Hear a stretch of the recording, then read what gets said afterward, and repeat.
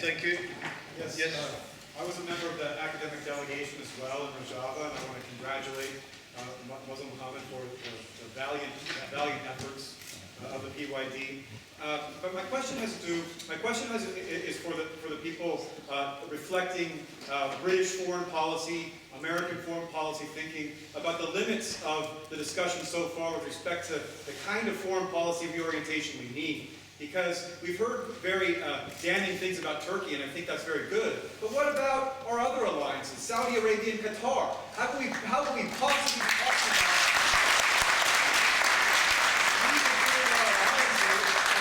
the problem of ISIS without addressing Saudi Arabia and Qatar? Thank you. Yes.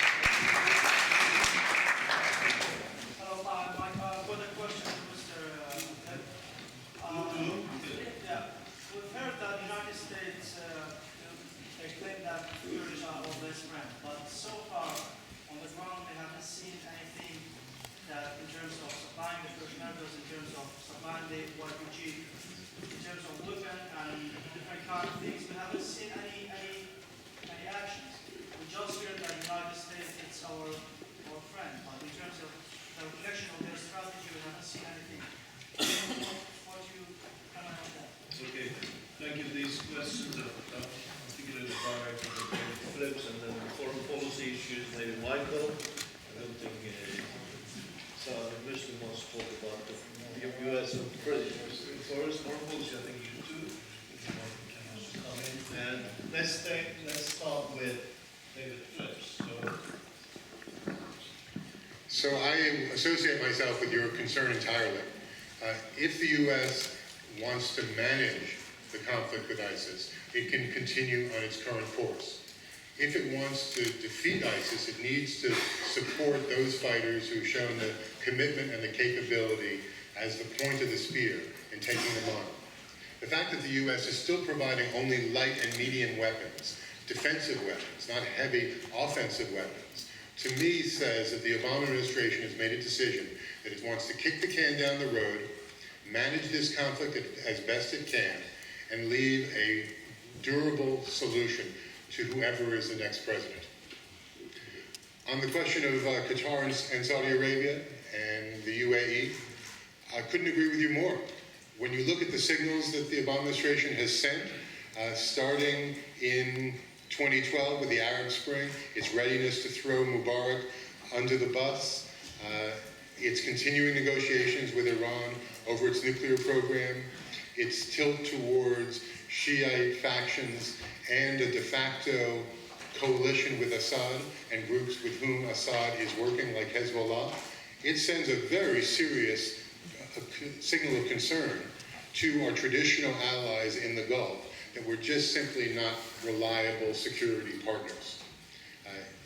Part of the strategy for defeating ISIS is to promote national reconciliation.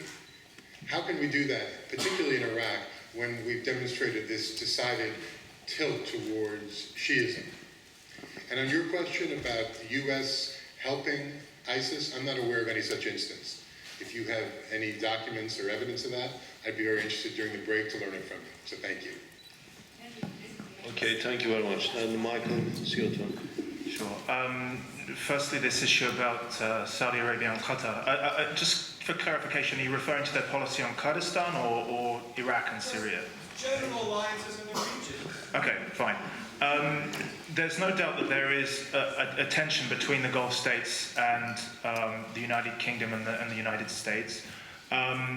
Those conversations are occasionally uncomfortable when we have to confront some of the issues which have arisen in the last couple of years to do with radicalization of individuals, some of the messaging which has been coming out from Sheikh Qaradawi, some sheikhs in Saudi as well. So there's no doubt that more needs to be done on that front. The problem is, of course, is that from the British perspective, our relationships with the Gulf are quite long-standing. We did control the region until 1971 and never really left, I think, is the generally accepted line on this. The Qataris have many investments in London. That creates a bilateral relationship which is very difficult in terms of pushing back against them too hard, telling them that everything they do in the region is difficult. Bear in mind, of course, there is tension between Saudi Arabia and Qatar and the UAE. All those three countries we deeply are involved with. We have 250,000 nationals in the UAE at any one time. The UAE lost its temper with Qatar over the Muslim Brotherhood. We couldn't take sides. Right? So there's that particular issue. Now let's move to the Syria question. Right? We've established that there are tensions between the Gulf states and us, but we have to maintain that relationship somehow, particularly in the defense and economic sphere. Syria is very simple.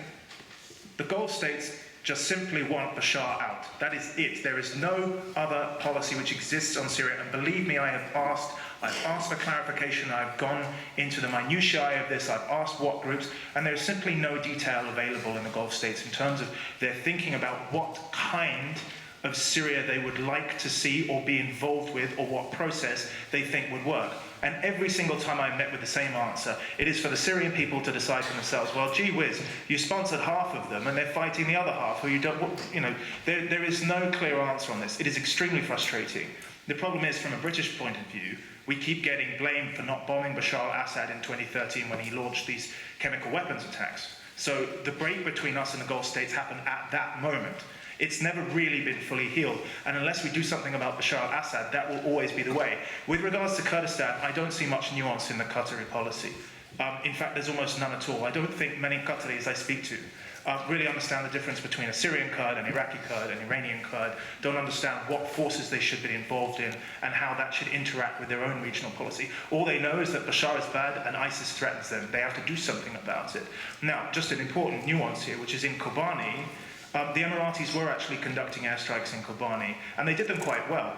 By all intents, any measurement, actually the rate that they were hitting and the accuracy was exceptional. The problem was when they pulled out, when Qasasbeh got burned, and there were issues to do with logistical support to pilots flying in the area. The Emiratis are back, the Bahrainis are back, the Saudis are back, but they're now distracted by Yemen, so actually I think the West is probably going to have to do more on Syria and Iraq in the future. So that's what I would say, just to clarify. Okay, the next, I'm afraid the last three questions.